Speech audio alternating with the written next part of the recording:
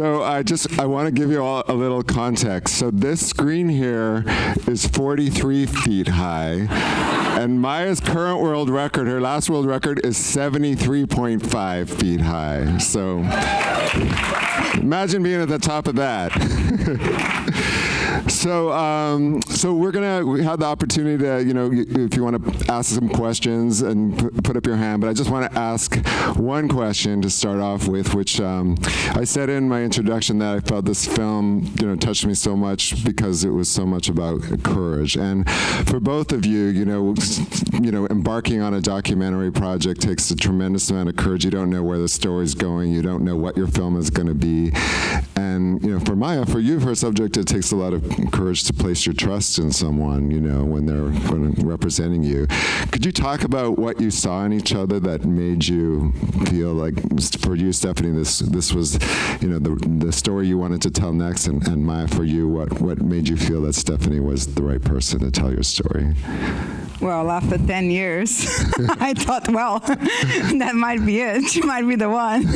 I mean, it started off slowly and, just normally as I was just a subject and I was used to getting filmed. And it was the first time I was being filmed by a woman, which was very interesting for me because it was very different. Mm-hmm.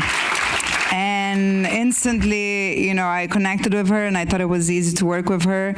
And then, to be honest, all the courage comes from her, because if I was her, I would have given up many times through this process. So she has to explain to us why she didn't.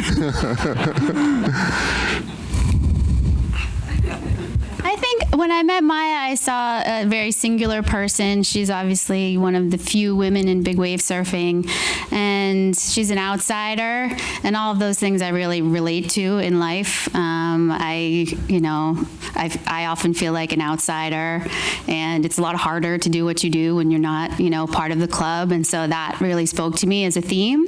And yeah, it's, the experience of being a woman doing difficult things is something I think we both have experienced, and that's, why I wanted to follow the story. So glad you did. That's great. Listen, let's take your questions. Who would like to start? Has anyone got a question they'd like to ask? Just put up your hand. I think I see some hands. Oh, yes, right here. Go ahead. Talk a little bit about what the editing process was like over those 10 years. Did you edit in little spurts, or how was that process?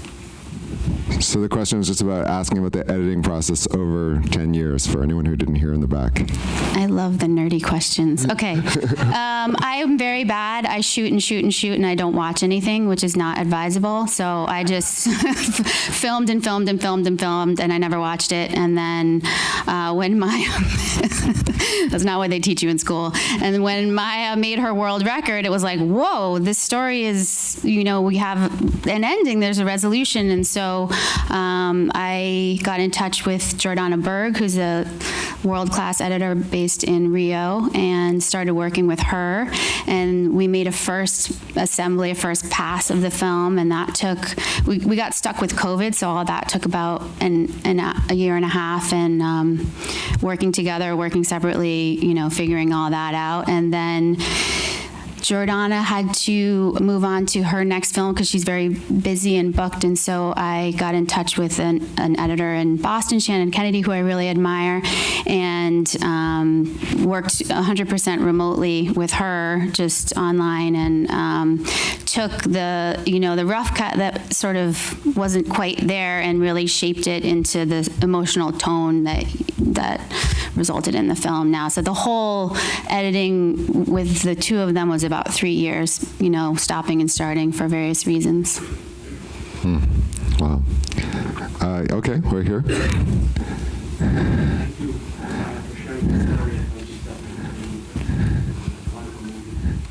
I have recently seen 100-foot wave, and I just, I wasn't sure if it must be footage, I don't know if it had overlap, this was a different time in the industry, large wave surfing.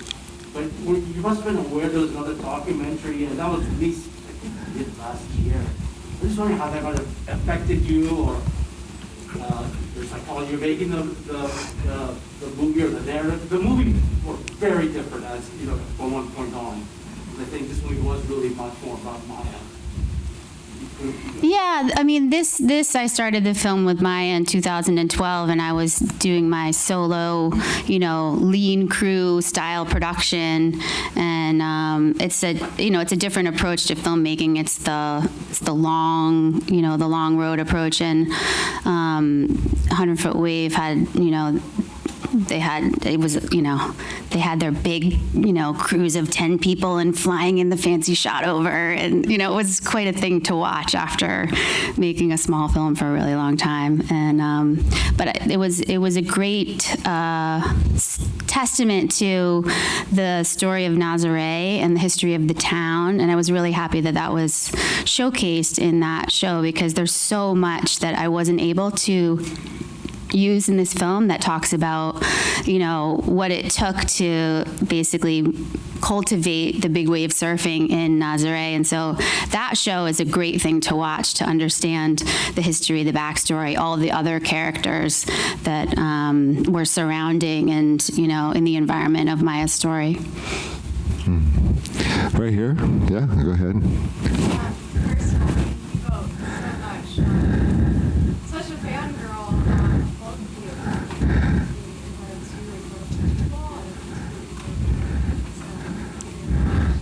And then my question is actually for you, Maya. The one part that I still, so many things I'm still thinking about, but whenever it was also the only time that I think we were doing race as a director, it was, or maybe there were multiple, but this is the one that sticks out to me, is when I was on the bed, and this is right after you accomplished what you wanted to for so long, and you were crying because you had this sadness after it. It was like a high, and then it was a crash. And I just wanted to know more after. It's been a while since that happened, or that scene happened. What other reflections do you have on it, and what else do you want to do all this time? So I just want to repeat that. So the question, she was asking about the scene where Maya has just ridden that tremendous wave that was her record-breaking wave, and there's the scene on the bed where she's reflecting on the down that she felt about that. So, and if she had further reflections since then.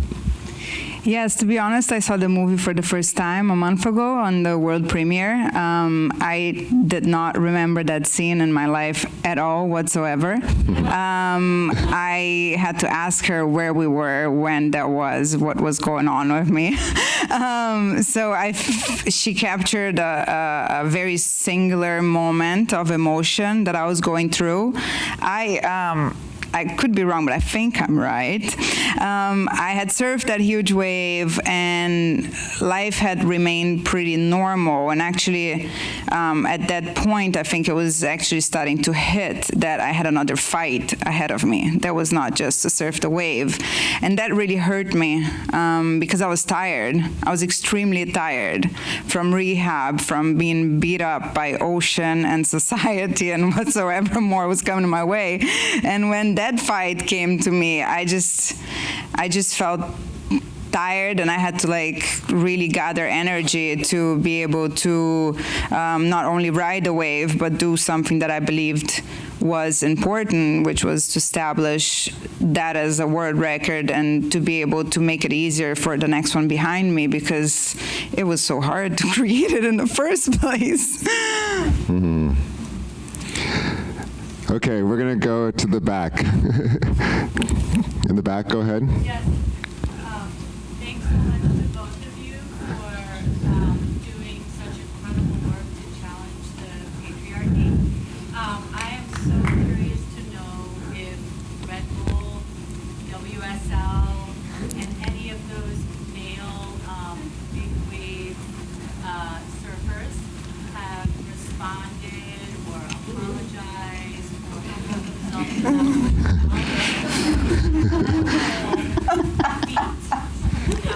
Please do tell. Yeah, I'll tell you all about it. It'll take a long time, but nobody apologizes when they say, things. And to be honest, I mean, there was one comment there that was pretty harsh, and that was in 2013. So I'll give that athlete credit that society was a little bit still realizing that we couldn't really trash talk women publicly, especially in the professional space. I think that he wouldn't have the space to say such things in this day and age, which is good. He might think the same, which I can change his mind, so what can I do? But, he wouldn't verbalize it. And as far as Red Bull and WSL, it's still a story in development. They have to watch the movie, and I have a mission to make peace with both if they wish to do so. I have turned that page in my life, and I realized that, being fired was the best thing that happened to me, probably at that moment and that time. That pressure was not doing me well, and I was much more free to perform and to explore other areas of interest once I was out of that very structured and single-minded company. And with the WSL, it's the same thing. I think they, are a league, and they're trying to evolve, and I see some improvements, and I don't want to discourage them to continue on the right path. Quite the contrary. So I hope they accept the movie and accept the truth, because I would like to tell them that it's not totally comfortable for me either, the movie.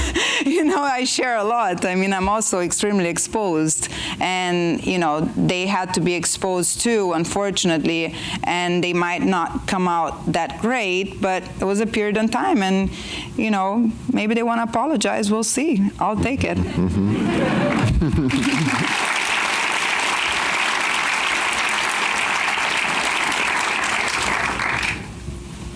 Right here. Go ahead. Yep, you. Hi there. Congratulations to you both. That was a beautiful, beautiful, powerful story. Not just Maya, your athleticism, natural surroundings, stuff you showed Maya as her full humanity. I got to bring my daughter here tonight. It was amazing to do so. I want to know when more people can see it. What's the plan? How will this be distributed? I just wish you all the success, and I'm breeding for more for both of you and for all of us. Thank you. Thank you. Yeah. That's the next journey that we're figuring out right now, and We're outsiders. we are outsiders. Yeah. So the path appears to be searching for corporate partners that want to align themselves with this story, and developing an independent plan for a small theatrical release, and have the film on platforms. So we still have a lot of work to do, but we're excited to bring the film to more fans.